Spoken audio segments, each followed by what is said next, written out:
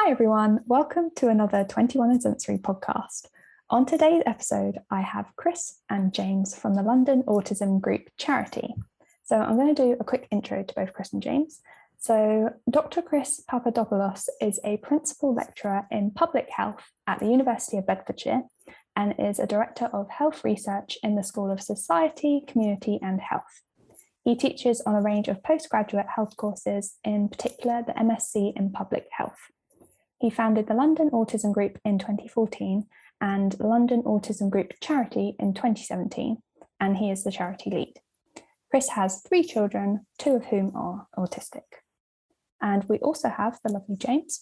James Gordon is a London Autism Group Charity trustee, as well as a dad and carer to his own autistic son. He is also the mastermind behind the London Autism Services Map, which I'm going to get into chat about a little bit further on in this podcast. So Chris and James, do you want to say hi? Hi, lovely to be here. Thanks for having us. Hi there. Thanks so much for coming on. So you might have potentially heard me on the London Autism Group podcast, and you might have heard in one of my previous episodes I talked about being on it, but I thought it'd be nice if we did like a podcast swap where we both go on each other's podcasts, because why not?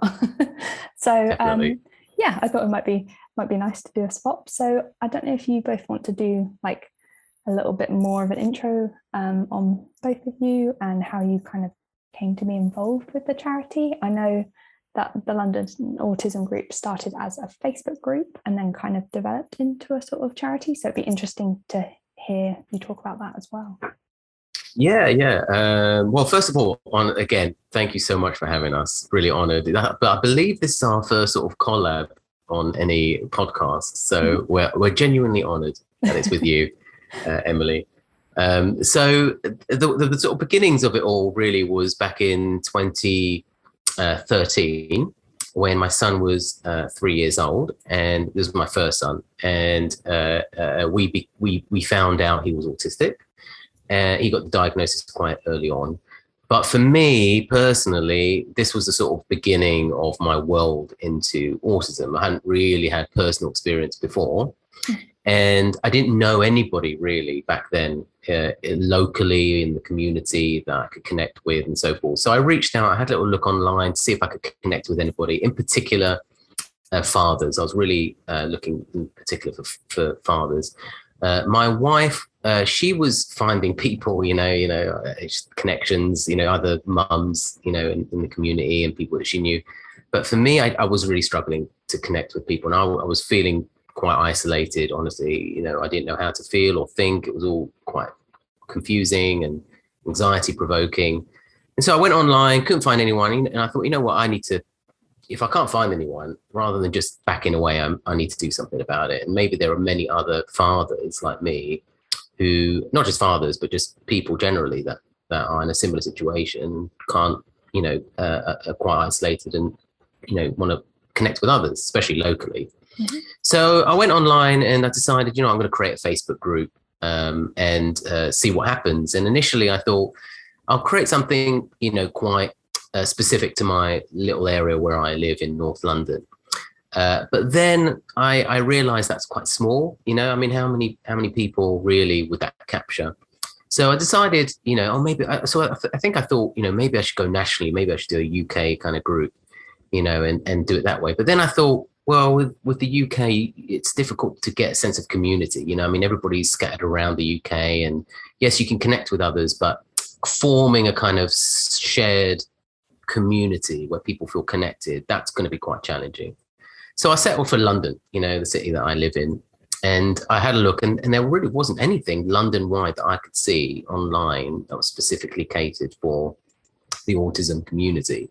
So I decided to call it London Autism Group and started it off in early 2014. And and very quickly, I think my theory was proved right. There were lots of other people wanting to connect that hadn't found the home online that they were looking for perhaps previously, and the group grew quite quickly indeed. And after about after a few hundred people had joined, I think James was one of the early joiners. I decided I need a little bit of admin support, because what I learned was running an online Facebook group is actually a lot harder than what it sounds like. There's a lot to it. It's quite complicated. You need a lot of rules. You need to keep an eye on everything that's going on. It requires a lot of management. I don't think I was fully prepared for that when I first started it. And so I realized early on I need help. And I found this lovely lady called Jo. And Jo seemed to know everything and everyone, honestly speaking. And she really was instrumental in moving it forwards early on. And then James came along shortly after that, and so did a few other admin members who've come and gone. But James has been instrumental, and he really was part of the key team that helped me form the charity 3 years later, because we decided, yes, the group is great. Facebook group is great. It was having an impact, and it was actually having a bigger impact than I could have ever anticipated, honestly speaking. The amount of things that we did with it, for example, the beginnings of the map that James will talk about sort of started in that group and so forth. But after a few years, I decided, with James's support, we decided, let's form a charity. Let's take this further. With a charity, there's so much more that we can do. So James and I formed the charity in December 2017. And over the last, I'm sure we'll get into it, but over the last couple of years in particular, we've been really, really busy. And that's a very brief summary of how we've got to where we are with, today, in terms of where the charity is and so forth, and how it began and its little journey.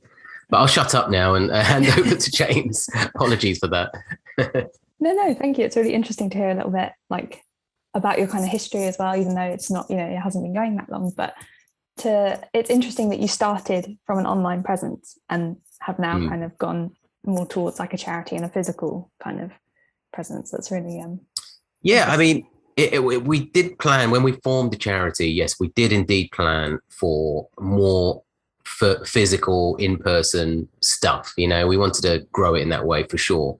But then, obviously the pandemic hit, soon after, and that really sort of changed quite a bit of our direction and our plans. We were, for example, running something called Solace, which I'll just probably get into a little bit later, which is a sort of in-person group. Basically, COVID has impacted on what we've decided to do as a charity and what we've been able to do. And James, did you want to say hi? Yeah, so I really came on board because I'd had a lot of experience supporting families. That's my son in the background. Hi. And so I think he's a little bit older than Chris's sons. So I'd already had quite a bit of experience on Facebook supporting families. I was looking for a London group and wondering whether to create my own group, but then I found Chris's group. So that was really an opportune time, and I came on board, and I had a lot of resources to help them with. They were just looking for some admin support as well, because they were growing. The group was growing quite rapidly. We got from about 100 when I joined, it got to 1,000 really quickly. Okay. And we expanded the admin team and things like that. And we were doing a lot of signposting of people, what I call signposting to organizations that support families and autistic people. And one of the comments that I sort of got sick of hearing was, there's no support out there. There's no organization that can help my problem. But it was always the same kind of problems that were coming up. And I was always able to Google something and find something. So I decided in the end, instead of taking up all our admin time was taken up, hours and hours were taken up signposting people, decided to create a Google map myself because I found out you could do that. And then I'd already kept all the information that I'd given to people. So it was quite simple to just visit these organisations' websites, get their contact details and descriptions, and I sort of uploaded them to Google, and then I just put the link initially on our Facebook page, and then when we started the charity, I made a website for the charity. I sort of the reason I became an admin, I said to Chris at the time, it's quite funny, I said, this is only temporary until you find somebody, but I've sort of stayed there because there hasn't been anybody, to come along to replace me, so I've just stayed there.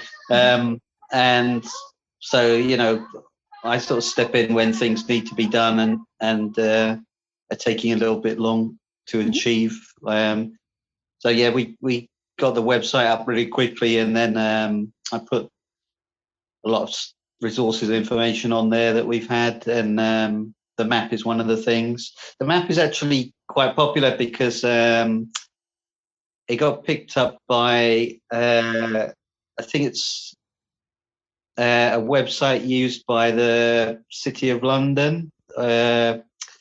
So I think that might be like the Mayor of London or something like that. Their official website put a link to us on there. Okay. So I think anybody looking to London's official website, it's a bit like a tourist site as well. They'll find a link to the map on there as well. I think it's had about 50,000 downloads or something like, or views or whatever it is. Hopefully it's been of help to somebody. Yeah, definitely. I've had a look at it a few times, and I'm definitely going to link it in the show notes as well, as your website and your social media, obviously.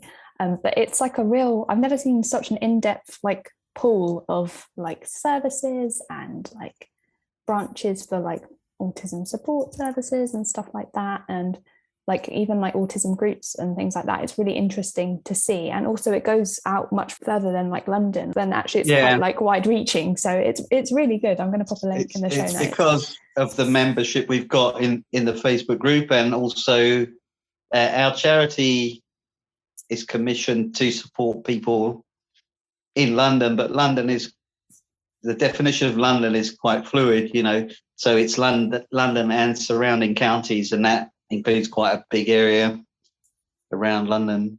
So it's really most of the southeast is kind of our network of connections. Yeah. No, it's really good. And your website as well, like it's really useful to see like all the different like services and things you can offer. And like I was looking at your newsletter the other day as well, and just the breadth of different like support and just like groups and different like Zoom things that you do and live streams, and obviously your podcast, and like there's so many different like bits that come into your like charity work. So I was going to ask you both, how on earth do you juggle this with just living in general, and obviously Chris, obviously like all your kind of like research and education work and stuff like that, and both of you being dads as well, like that's a lot to do. James, do you want to say, or shall I? Go ahead. All right, I'll go for this one. So I think it's just based on that we really care about the community, the autistic community, and we are determined to make a difference. So we just manage to fit it in to whatever we're doing. So we're like really focused on being aware of everything that needs doing, and we somehow fit it all in as we're going. And we've also started to take on board a few volunteers and delegate some tasks to them so that we free up our time for new things. That newsletter that we've got on the website is only up until March this year. So I'm starting to put together a new newsletter, which probably won't take very long. We've done an awful lot more than that since I wrote the newsletter and put that up there. And, everyone will be able to read about that. So to answer your earlier question about how we manage it all, I think I'd like to sort of echo what James was saying, really, from my side. It's about really being passionate about, the work that we do, that we genuinely do care, and we genuinely are all about just making a difference to people's lives. And I think when you have that kind of mindset that you really are driven to make a difference, to have an impact on someone's life, that really, makes us put in the energy and time, required to do all the things that we do. So I think ultimately the most important thing is you genuinely care, genuinely passionate about it. The other thing is I'm quite efficient with my time, so I'm always, carefully planning bits and pieces of work with the charity on my sort of daily timetable. So after the end of each of my sort of normal day job days, I'd always, do a little bit of work on the charity, and it adds up. That time adds up. And then in the evenings, from time to time, James and I will work on various things. And then, not to mention, in between, we're always messaging. James and I are always messaging. We've got a fantastic kind of ability to communicate with each other, James and I. I think that's the other piece of the puzzle here. James and I work really well together. I'm really lucky to have found someone like James where, it just works. And I think that really is crucial, isn't it? To being impactful in what you want to do. You want to work with people that, you connect with, you have a good rapport with, that get where you're coming from, that know how to challenge you. Because that's the thing I like about James. I'll say, I think we should do it this way. And James will say, what about that way? And then, it's very constructive. It's not anything other than that, really. So we just work well together. So yeah, it's great. I love it, and when there are days and times where I'm not doing it and I'm just sitting around watching TV, I get a little bit sort of anxious almost that I'm not using my time efficiently. And I ultimately, more than anything, I enjoy it, and that's it. I think it's amazing that you've kind of taken this upon yourself, in that you were, your child was diagnosed as autistic, and then you were kind of looking out in the community to try and find kind of support for yourself as a dad. And the fact that you saw that gap and thought, do you know what, I'll do something about it, is a huge thing to take on, alongside everything else that you're doing. But it sounds like both you and James, obviously James is busy with life as well, that you're both so passionate about it, and it almost feels like a kind of passion project and something that is doing good in the world. And I think it's really great that you've kind of not seen a gap in the market, but you have, in a way, kind of seen that, in London there isn't that particular kind of support network, and that actually it would be really beneficial to make something like a group, like a support group, and through Facebook. I just think it's amazing that you give up your time and you're genuinely passionate about it, to do it alongside everything else that you must be massively busy with. Yeah, I mean, the thing is, that's nice of you to say, Emily. I mean, for me, back in 2013, 2014, when I was going through a bit of turmoil, but honestly speaking, a bit of psychological turmoil with it, with coming to this realization of, being in a different world that I hadn't planned for, and, what this all means. And, I was really sort of, in a tricky position, honestly speaking. But I'm very, very lucky, and I was raised, with, parents who, really, honestly speaking, it conveyed these kinds of values to me, that, if there's a problem, try and do something about it. And in particular, my mum, I have to give her some credit here, because she too formed a charity during her life, and did it, exactly in the same way, on top of her day job, on top of parenting. And so she was quite a good inspiration for me, honestly speaking. She formed a really successful charity, which was originally called the Greek Cypriot Community of Enfield, but now it's called something else. She's no longer, she sort of handed over the keys to someone else. And it's, very, very successful nowadays.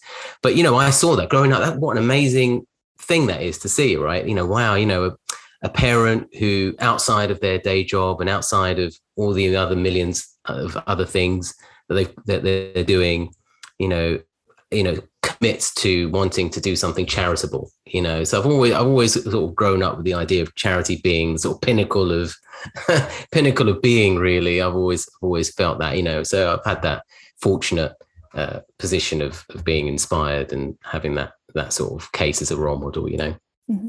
That's really interesting to hear, to hear that you've kind of had that inspiration throughout, and that actually there's a lot to learn from your family, but also from being charitable and giving back. Even if you're trying to find support for yourself, actually you kind of find that sense of community along the way, potentially. Have you managed to kind of, I don't know, I mean, I know that you've created the charity, but do you feel like you found support as a dad of children who are autistic? Do you feel like there's more of a kind of network you can rely on now? Yes, today, yes. Over the years, it has been difficult, honestly speaking, finding, people who just, feel right for me in terms of saying the right things, or saying the things that I need to hear, and giving me the space to talk and being good listeners and so forth. It is really difficult finding those people, though, honestly speaking. And yeah, I'm not sure. I mean, I've had some success, I would say, over the years. It's hard for dads, in particular. I think we're not very good, and me included, we're not very good at opening up really about our feelings and wanting to sort of be vulnerable in that way, And so for me, I think partly, what all of this work is somewhat self-serving, because I always find that I feel my mental health almost gets a boost from seeing other people getting a boost from the work that we're doing. I think mm-hmm. There's quite a lot of research actually that shows that, volunteering and being kind with your time and helping others is actually great for your own mental health. And I think that is certainly true for me. So, it's been quite self-serving. But as for your question, yeah, over the years, I've built a bit of a network, but more than, I suppose, my main support has been my wife, really, So, but it's difficult, really, really difficult. It's a difficult one to find the right people that connect with you, and so yeah, mixed levels of success, I would say, on that front. Mm-hmm. I think I feel like that in a way as well, because kind of I started my online presence to try and just find other people who get it, and you do come across people along the way and you make internet friends and stuff, but actually a lot of it is more admin, or answering messages, or trying to point people in the direction of support and stuff. Obviously, as a charity, you'll probably be able to do it better than I would as an individual, but it's great to see that impact on people, and people be like, oh, thank you so much for pointing me in the right direction, or thank you for for me, this post has been really helpful or something. But actually it doesn't always help you out, but like you said, it boosts your mental health to see other people doing well, and other people being like, oh, this really made a difference for my son or my daughter, and actually that's what kind of keeps you going. So I definitely appreciate where you're coming from, where you've made a thing, but it's not really for you, it's to help others. So it's a tricky one, I get that. Yeah, I totally agree with what Chris said. From my point of view, this has been building up in my life. I've been on this journey for much longer. I think because I didn't receive an autism diagnosis when I was younger, I knew nothing about autism until I've been a single parent since my son was born, and he was diagnosed very early on, and he's, because of his learning difficulties and things like that, he got a diagnosis very quickly, and because of my bond with him, I began to compare my experiences with things that he was doing. Mm-hmm. And I found that a lot of things were mirrored with what I'd done when I was that age. But a lot of my life, because of social communication problems and things like that, and also just the way society was set up, 20 years ago, maybe more, there was no internet, that kind of thing. People weren't connected, so if you didn't have those social communication skills, it was really isolating, much more than now. So I think I've been waiting for this I see this as an opportunity to kind of give something to the world, where even though I sort of I had some skills, I didn't have the opportunity to use them. So I've always really wanted to, to give back and do something to help people. And, my whole mission now is to make sure the next generation of autistic people don't have to go through that social isolation. So that's really a driving force. And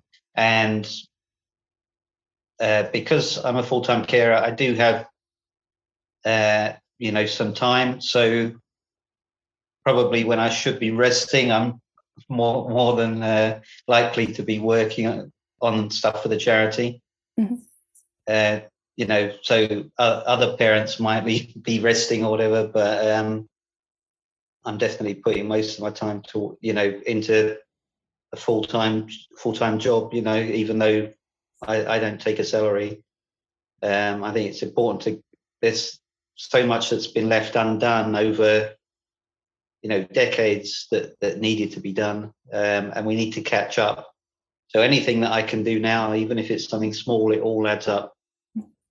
So that's kind of what you're seeing in the newsletter is all those little things coming together that we try and do. And, every little thing that a volunteer does, we try and mention in the newsletter. It's so great to see, like, in your newsletter as well, like all the different like volunteers you have. Like I think you have like a siblings kind of Zoom that you do, and I also saw there was one on like trains and one on like makeup and stuff. And I love that you've got this like real variety of like passionate like volunteers who will just talk about like their interests and stuff, or you can just jump on a Zoom and like get to know a little bit more about like certain trains or something like that, or makeup and stuff. Like I like that you're kind of catering for all sorts of different people.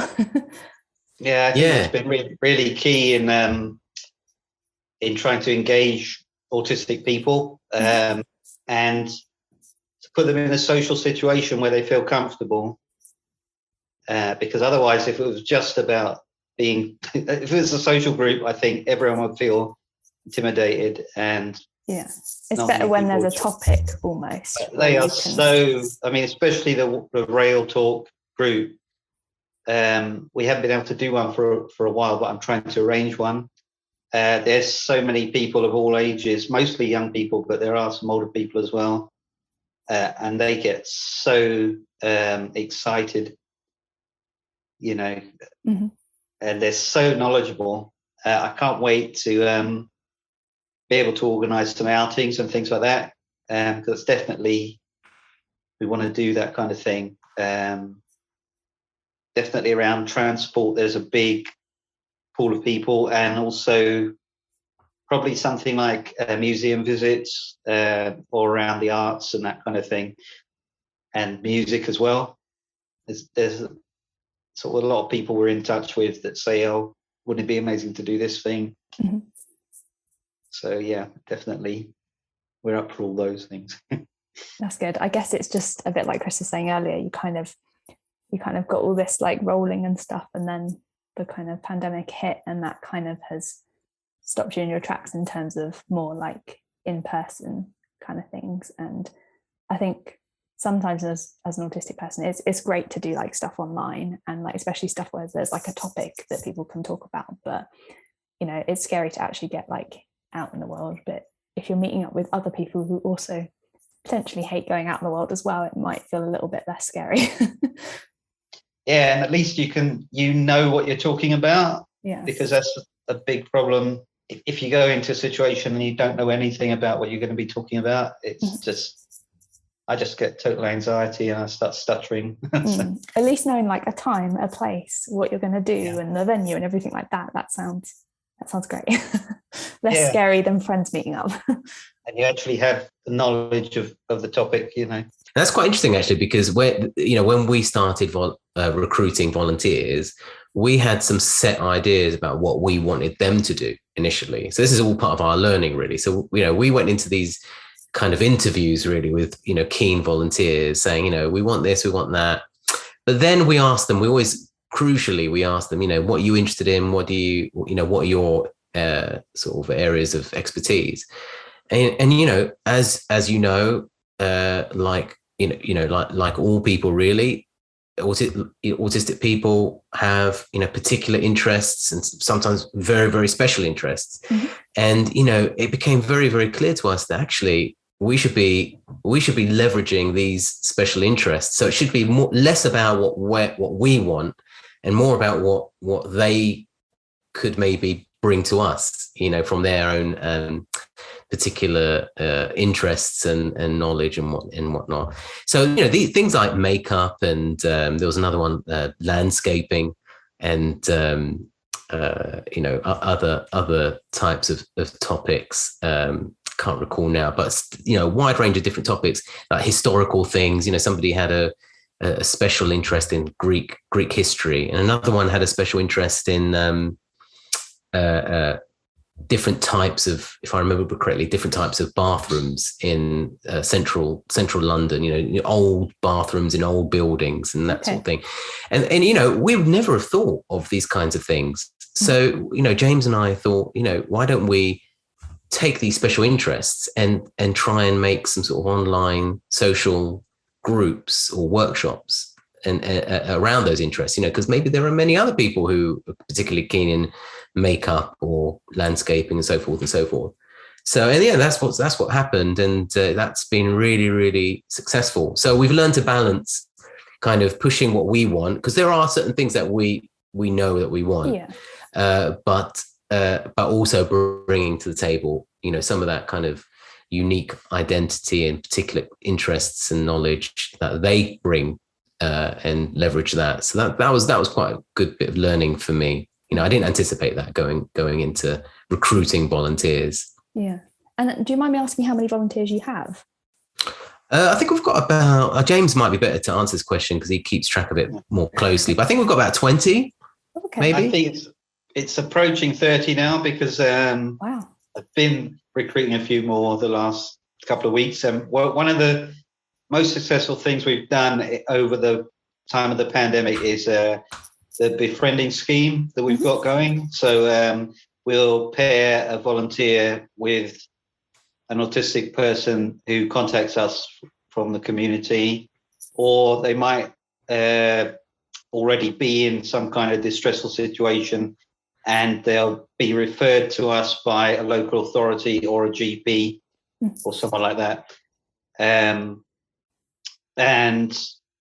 our volunteer will be matched to their preference. So if they prefer a man or a woman or autistic, or they don't mind a non-autistic person, if they require more of a mental health support because they've been through a trauma, then we might put in one of our volunteers that has some expertise in mental health, or we might commission someone further, a mental health professional, to help them out with some talking therapy as well. Helps them to open up to, having some kind of, at least having some kind of contact with somebody in whatever method they're comfortable with. So sometimes it's through text messaging or WhatsApp or emails. Some people prefer Zooms, and hopefully when the pandemic is gone, then some people might like to meet up in the community, but it's entirely up to, it's worked out between the volunteer and the client that's applying to us. That's already started, hasn't it, James, in some cases, the face-to-face? Yeah. So that's beginning. Yeah.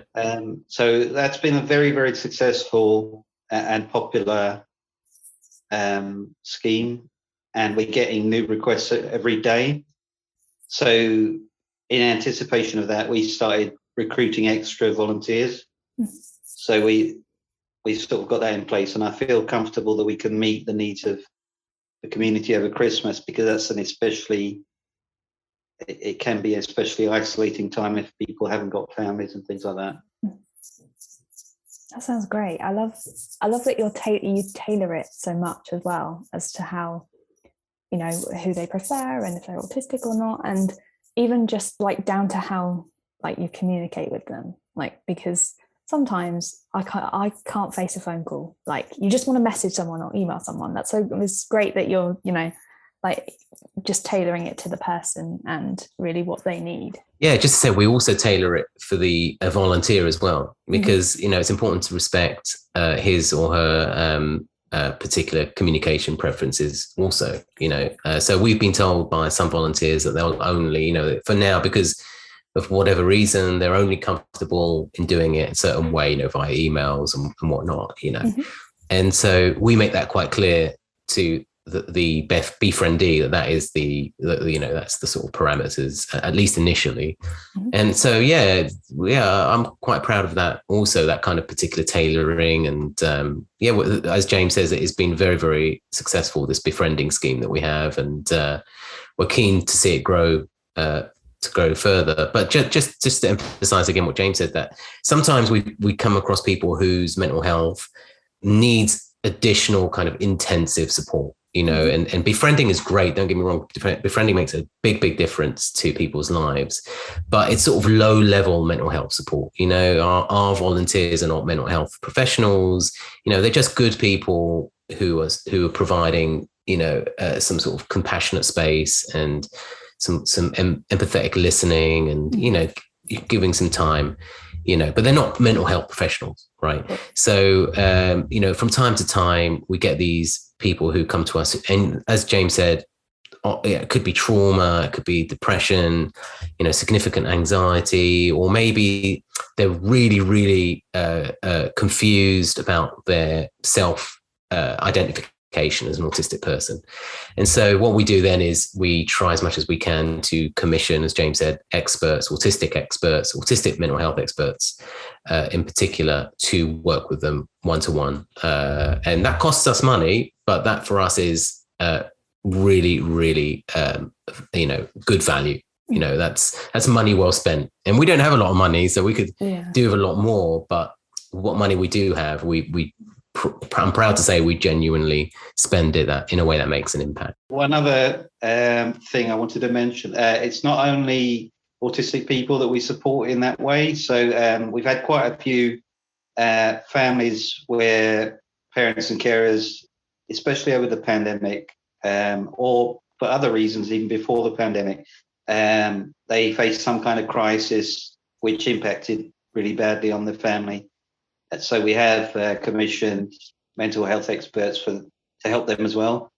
And that in turn helps them care for their autistic children. Gosh, it sounds like such a great thing, but also that you're, impacting so many different people by being able to offer this service. And like you're saying, you're a charity, and obviously it costs you that money, but like you said, it's money well spent at the end of the day if you can impact a life and help make someone's life that little bit better. You do so much. You offer so many. I don't know how you do it all. And you have a podcast, which we haven't mentioned, and you're making that as well. So that's another, avenue of what made you want to start the podcast. Actually, was something I wanted to ask when I was on your podcast. Oh, great question. So when we founded the charity at the end of 2017, we knew what we were about in terms of our values, right, and our philosophy. That we were obviously all about neurodiversity. We wanted to reduce autism stigma and discrimination. We wanted to promote autism acceptance and social inclusion. So we had all these kind of lofty goals, let's say, but we didn't really know at the beginning, in the early stages, how to kind of, make an impact on that kind of social level. So I think it occurred to me early in 2018, I think, that there wasn't actually, as far as I could see, that many good autism related podcasts. I couldn't see, I don't know, maybe my searching wasn't very good, but I couldn't see that many. And podcasts at the time were getting more and more popular. I was really enjoying them.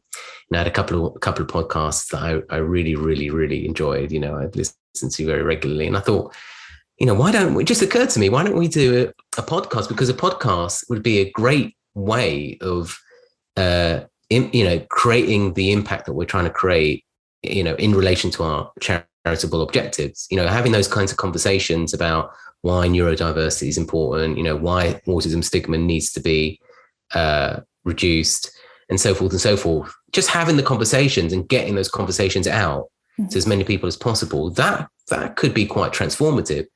So that was really the sort of the beginnings of the podcast. That was the first concrete thing that we did as a charity that we felt would align to what we were trying to do, and sort of filled a space that we couldn't really see was being previously filled. So yeah, and that has been also really, really successful. We were one of the, as far as I can tell from the statistics, we're one of the most popular autism related podcasts in the country, and we're quite popular in some other countries as well. We're really proud of it, honestly speaking. It's a lot of, that is a lot of work, it's a lot of, as it's a lot of planning, a lot of editing, a lot of production, a lot of advertising, it's work, but it is really rewarding. James and I just love having conversations, impactful conversations with people. And yeah, we're really proud of the podcast. So you started it in 2017, did you say? No, I believe we started it in 2018. 2018, okay. So it has been, gosh, you've been going for a while now. I mean, that's amazing as well to hear that, how well it's done in like the charts and stuff like that. And I think that's genuinely how I kind of came across it as well. It was just, I think it came up on my Spotify or something as like a recommended, or like in the top charts or something. And I just went through a few of your podcast episodes and was like, this is really interesting. Like you say, it's so interesting to just have like really kind of informal chats with other, people who are neurodiverse or, from different walks of life and stuff like that. And I think that's why I love doing my podcast. Like you say, it's a lot of work, but it's so rewarding in hearing people's stories. And actually, I think a lot of people do tune in just to hear the genuine kind of bits and know that someone else is potentially struggling and stuff like that. And it's great to hear as a charity that you've kind of, not just from a marketing perspective, kind of jumped on the kind of podcast bandwagon as such, but actually that you're using it for kind of good as well.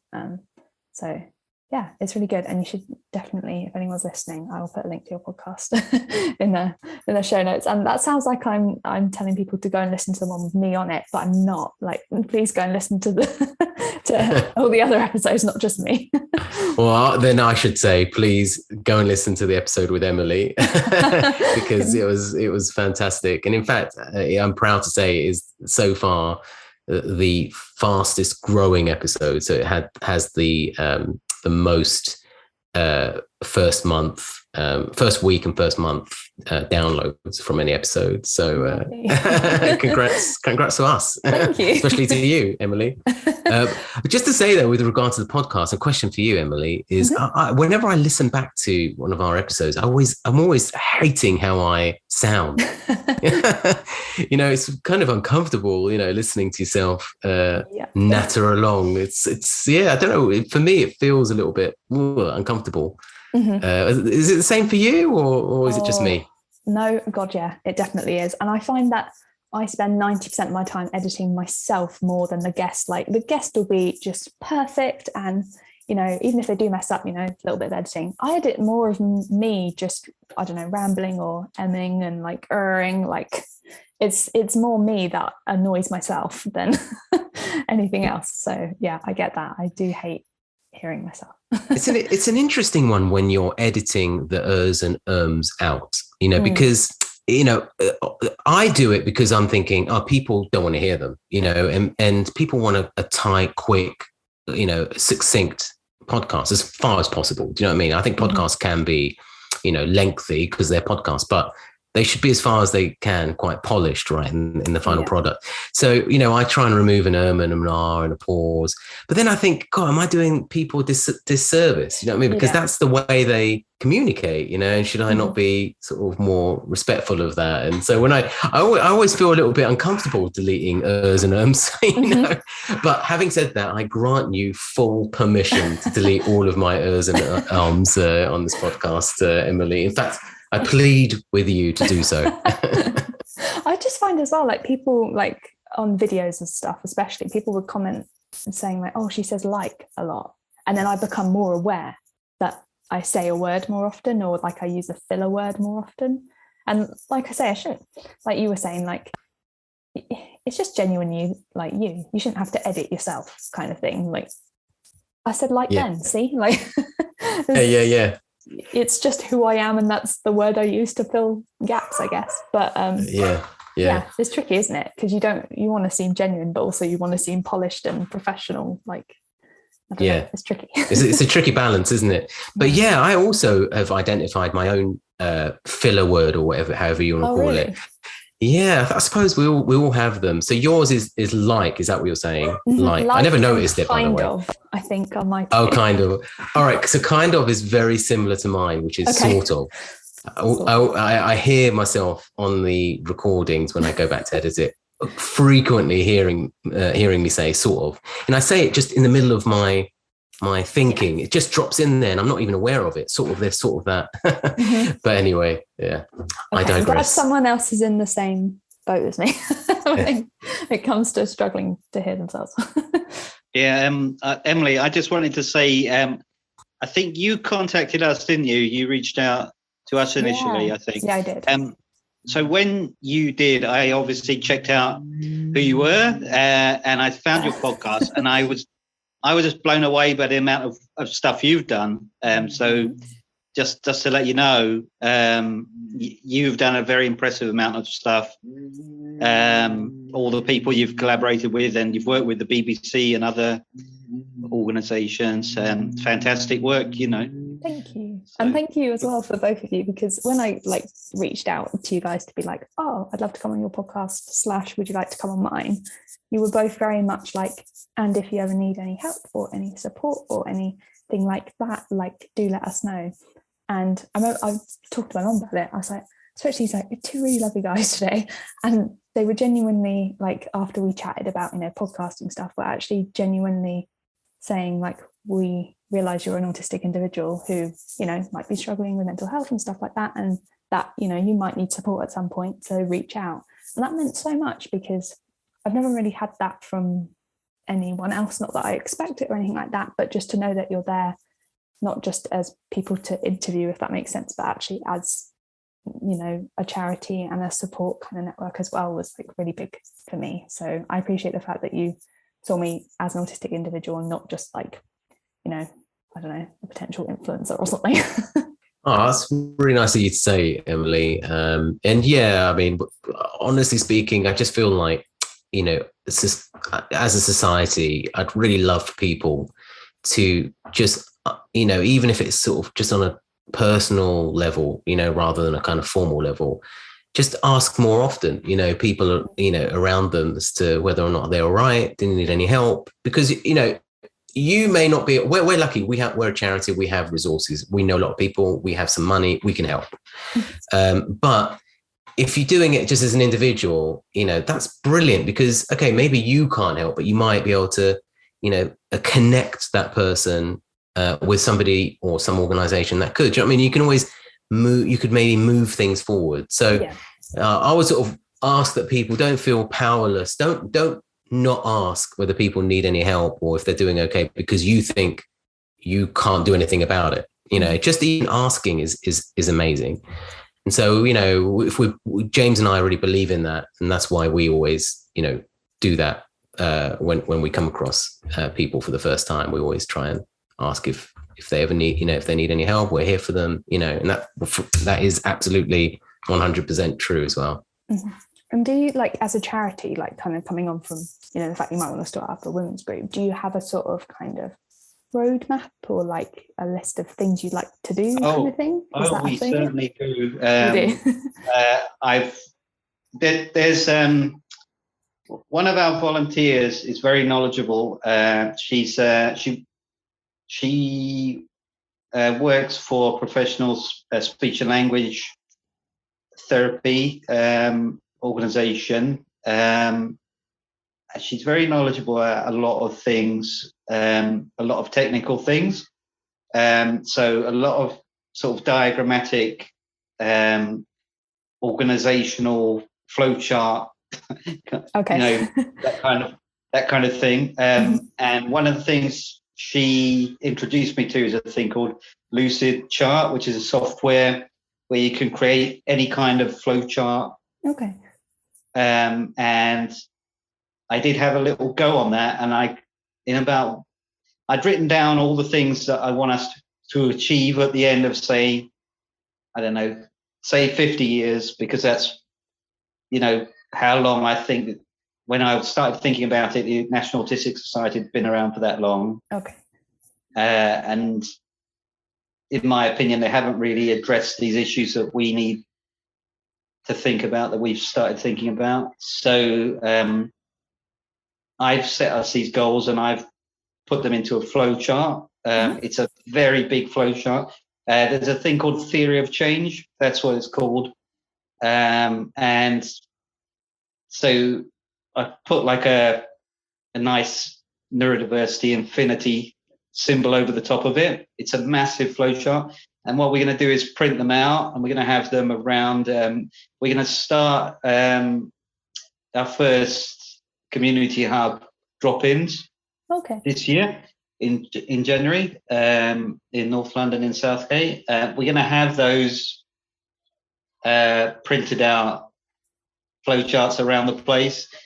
So maybe like a tablecloth or something like that. They're quite nice. Massive, but I think it's going to be a talking point, and it's going to get people in, you know, going to get the awareness out there of what we're planning to do.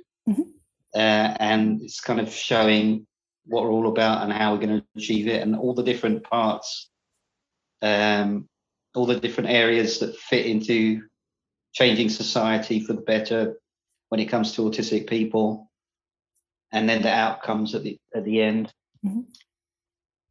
So yeah, we have a lot of plans. I've got a big Google Drive with folders and plans and lots of different things, organizing all the different areas of the charity. So yeah, you sound like the mastermind behind all the like documents and design. Again, it's only because I have to be, because there isn't anybody else to do it, and it needs to be done, you know. And I would have been quite happy to hand over to 100 other people, but they just aren't at the moment. I'm really hoping that we do get the intake of volunteers that we need, because we've only got really the number of volunteers it takes to run a small local or advocacy organization, you know, like these one-stop shop kind of organizations that do one area of advocacy, like they might handle one particular social problem. They normally have upwards of 30 to 50 staff on site. We've only got that for the whole charity. So hopefully, if we keep sort of recruiting, and we become more in the public eye, we'll get more awareness of what we're doing, and more people will come on board. So do you think it's kind of volunteers that you're after? Is that what you're kind of hoping to kind of gain more of? We always sort of manage to find a balance and achieve what we want to do very slowly. So we're careful not to overextend ourselves in what we do next. But we do have all these goals, you know, in our folders, in our plans. So the more volunteers we get on board now, the more quickly we can move forward with our plans. But we are sort of very pragmatic and careful in what we're trying to, achieve at every stage. So we do plan out what we do and sort of factor that in, so that we've got enough people to cover what we're doing, because we don't want to fail, in any of the things we're doing. And Chris, was there anything that you wanted to add to that at all? Yeah, I mean, I agree with James. We're very strategic. We're sort of slow and steady. It's cook it. Bake that cake properly. Do you know what I mean? Don't want to rush that bake. But it is true that volunteers are critical for us. We do need good quality, keen, compassionate volunteers who really are committed to our cause, and not just, we've got to be a little bit careful, because sometimes, people are keen, but they're not coming at it at the right angle, or, they've got slightly different agendas. So even recruiting volunteers is a careful process and time consuming. But yeah, no, more volunteers is what we want. But I think going forwards, we also need, ultimately some people, managing the charity on a more full-time basis, because James is a full-time carer. He does it. The work that he does for the charity is as good as a full-time job for sure, but he's doing it sort of as a sacrifice. Really, he's not getting paid, and he's got a million other things. He's only got so much energy, and I'm also maxed out. So I think if we're going to grow the charity, we need a more kind of leaders at the top, who can take it forward on a more full-time basis, So yeah, I mean, it's about slowly growing with good strategy, good leadership, more volunteers, but always that same passion and compassion as well at the heart of it. It's really interesting to get an insight into all the different things that you do, obviously as a charity, but all the different things that you have to consider at the same time. And you don't want to grow too slowly, but you don't want to grow too quickly and not have enough, staff, volunteers and stuff like that. And just having to have a kind of careful balance of growing at a good pace and having manageable kind of expectations and things like that. And it must be difficult if, all you want to do is help as many people as physically possible. But again, you want to help them in the right way and help them, properly, I guess. So it's interesting to get that insight into what it is like to run a charity, and a charity where you're both, essentially just pouring in your free time and as much kind of energy as you have left over at the end of the day. So it's interesting to hear, and it sounds like things are only going to get bigger and better. Oh, thanks for saying that. Yeah, I'm learning as we go along as well. For me, it's every day I'm learning and thinking about new things and considering new points. Yeah, I mean, ultimately, it is about changing people's lives, but it's tricky because you want to impact individuals, but you also want to impact a population as well. So yes, we can and we do meet people individually and give them support. So we'll for example set aside an hour and a half, sit down with somebody who needs substantial advice and support, and we'll talk and we'll listen to them, talk through their experiences and needs and so forth. We'll give them the advice, and that's great, but that's 1.5, 2 hours of our time for one person. So the challenge for us is, how do we translate 1.5, 2 hours of our time to 10 people and 100 people?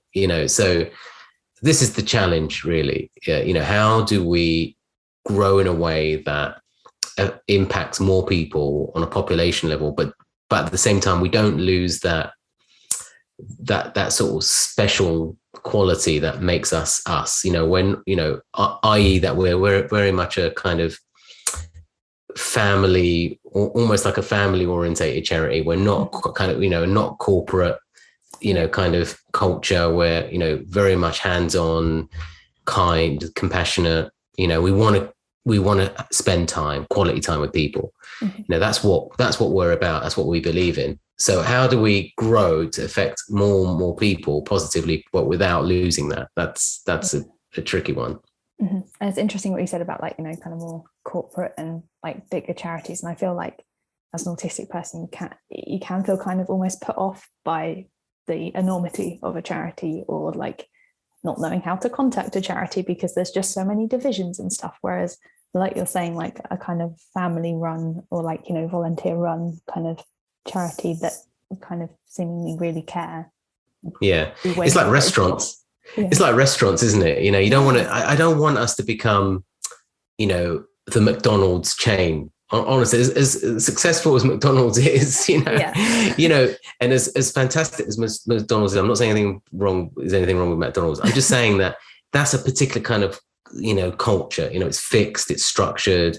You know, we want to be, what we are is that, you know, local, home run, family restaurant that, you know, pours love into their, you know, food and their work.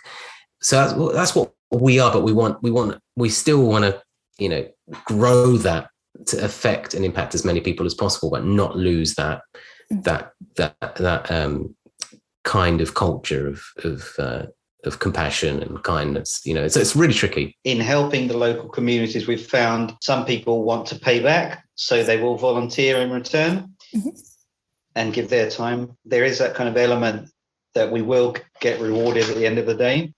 So I think we can sort of keep that balance and keep that the local feel. We have got some links with schools now, and we'll be going into schools to give talks. So it's really not about not rushing things. I see this as a very long-term thing, you know, and it's not even about my lifetime. You know, it's about doing what we can do now as fast as we can, but also making sure that the quality of the work is there in everything we do, so that we leave something lasting. You know, we leave that behind for another generation to carry on doing. And because, you know, all the big charities that there are now, they were formed by somebody. You know, National Autistic Society was formed by some families, you know, in one house, and that's now one of the biggest charities. We can do the same, definitely. It's just a matter of time, and the more we do, you know, people will come on board with us. We will grow it, but it's not a question of even thinking about the time it will take. Things will just take their natural course, and I think if it takes however many years, it doesn't matter, but we will have the impact. Because even if we impact, it's every person we impact, that's one person, you know. Exactly. And I think sometimes it's more important to know you've helped, like for me as well, like just knowing you've helped one person is enough, like to keep you going. And, you know, you can have big dreams and aspirations for the things that you want to do with like your charity, or like for me, like with my work, but actually just every so often if someone messages you and said, you know, what you've done's really helped me, it just keeps you going, and it just reinforces those like aspirations and stuff. And yeah, it's nice that you're kind of community focused, and that like you're willing to like talk to schools and stuff like that. I think that's really important. And the whole like drop-in like centre idea, that sounds really great as well, for just like meeting like-minded people. I think that's all people ever want in life, is to meet people who get it. So that sounds really good. Is that going to be more like in the new year kind of thing, like? So the first day we're starting is January the 9th in the local community in Southgate in North London, at the local church hall there. So St Andrew's Church, next to Asda, if anyone's listening. Good to know. To stop by and come and meet us. Yeah, 1 o'clock. What it is, it will be the second Sunday of every month, from 1 p.m. to 3 p.m. in St Andrew's Hall, Church Hall in Southgate. And we're really, it's the first time we're doing this, so we're going to sort of learn as we go along. But James and I recognised, you know, that there's nothing like this as far as we could see that currently exists. You know, you drive around and you see the shops and you see the businesses in the high street, and there's nothing visible in terms of, come in and speak to us and get support, if you're part of the autism community. Of course there are, there's Mind, there's Age UK, and you get all these various charity shops and whatnot. But this kind of thing, we want it to become a more visible presence across London as frequently as possible as the years go by. And as James was saying, it's just about things taking their natural progression. If we're not there yet in terms of expanding it across London, very, very quickly, then if it takes 20 years, so be it. Do you know what I mean? But that is the vision that we have, that there are these sort of drop-in hubs that people can go in and speak to someone at any time and get some support. But we're going to start slowly and learn as we go along. Mm-hmm. I feel like I should ask you as well, because we haven't really, I've said like, I mentioned your website and stuff like that. Where can people sort of follow you and kind of see some more information, or like donate and kind of get involved? Where are the best places to find you online? So we've got a website. It's www.londonautismcharity.org, and so we've got all our services on there. A lot of information, general information about autism, about the autistic community in London. We've got our map where we list most of the main organisations that can help autistic people and families, or autism friendly activities in London, that kind of thing. We also got most of the other main social media platforms we're on. So we're on Twitter, it's just @LAG Charity. We're on Instagram, we're on TikTok, where we've got some videos that I've made. And so every event that we'll do, we will advertise on all the social media platforms. Obviously, we're on Facebook. We've got the Facebook support group. Our community is about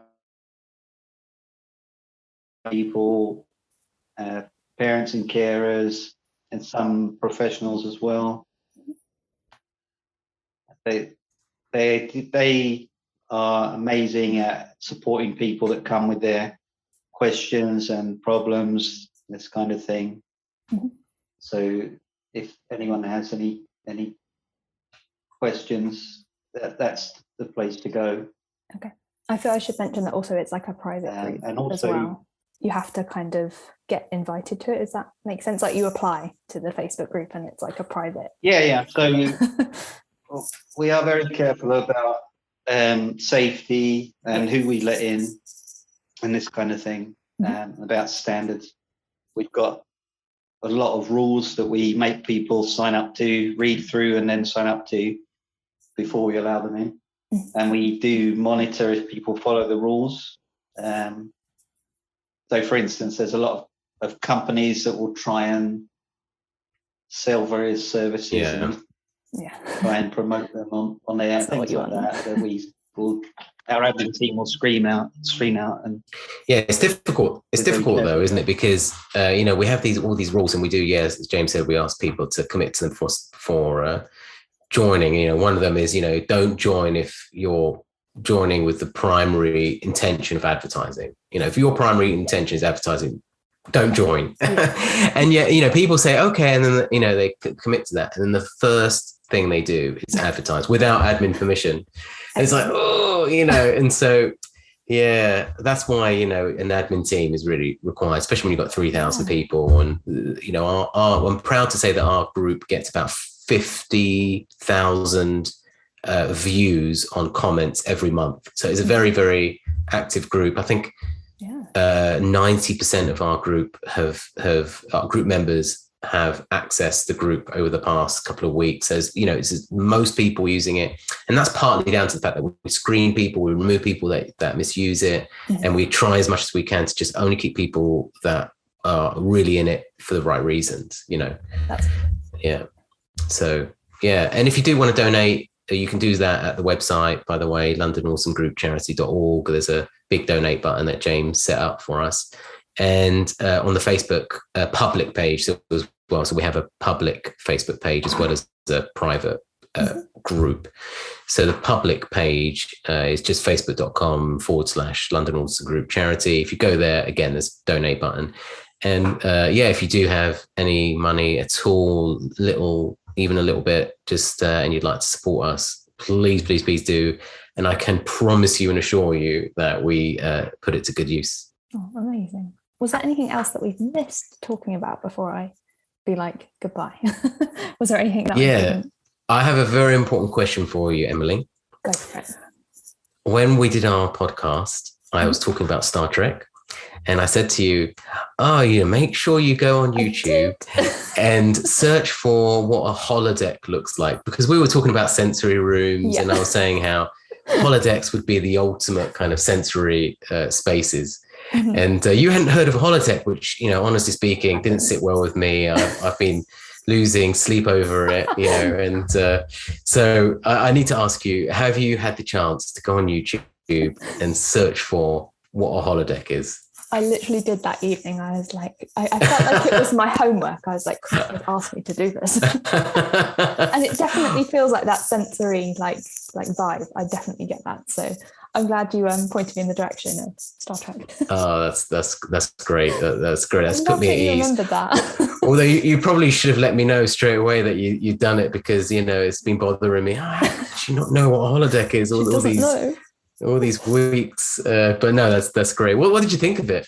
As someone who has never watched Star Trek, it actually made me think I should probably I'd actually find it quite interesting. Oh, well, if you need any tips or anything like that, just to come to James and I. James and I are both big Star Trek fans. Oh, we actually had a Star Trek guest actress on the podcast for one episode. Oh, really? A lady called Julie Caitlin Brown, I think her name is. Yeah. And she guest starred in a few Star Trek episodes. And the reason we had her on the podcast was because one of her family members is autistic, and she was talking about the vision of Star Trek and how it kind of aligns with diversity and that sort of thing. That was quite interesting. Oh, I'll have to listen to that. How far back was that? That was maybe early last year. I can't recall now. Okay. James? It's about 5 or 6 episodes back, I think. Right. From what we are now. I'll have a look. Yeah. That might also be an interesting topic to have for a Zoom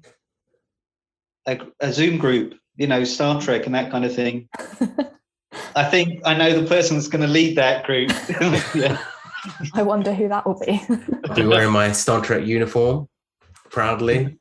Got my Captain Pips on my collar. And you can call me Captain Picard during that. You can change the background on Zoom. Yeah. Oh my God, cool. Please do that. That'd be great. Excellent. Well, thank you so much. It's been so nice to have you on my podcast and to have been on yours. And hopefully this is just kind of spreading the word of what you do further. And yeah, I'll definitely obviously keep in touch. Yeah, we'd love that. That'd be great. Yeah, let's definitely stay in touch. And maybe we can do another collab in the future. That might be quite interesting in a year's time or something. Obviously, maybe speak between then, but do a kind of how far have you come in a year kind of thing. Yeah, that sounds great. Love that. Cool. Thank you so much. I really appreciate you both coming on. Thank you so much, Emily, for having us on. It's been a pleasure and really enjoyed it. And thanks for everything that you do, all the amazing work that you do. And stay safe and stay well, and speak to you soon. Yes, thank you so much, Emily. It's been a real honour for us, and we'd love to work with you again in the future.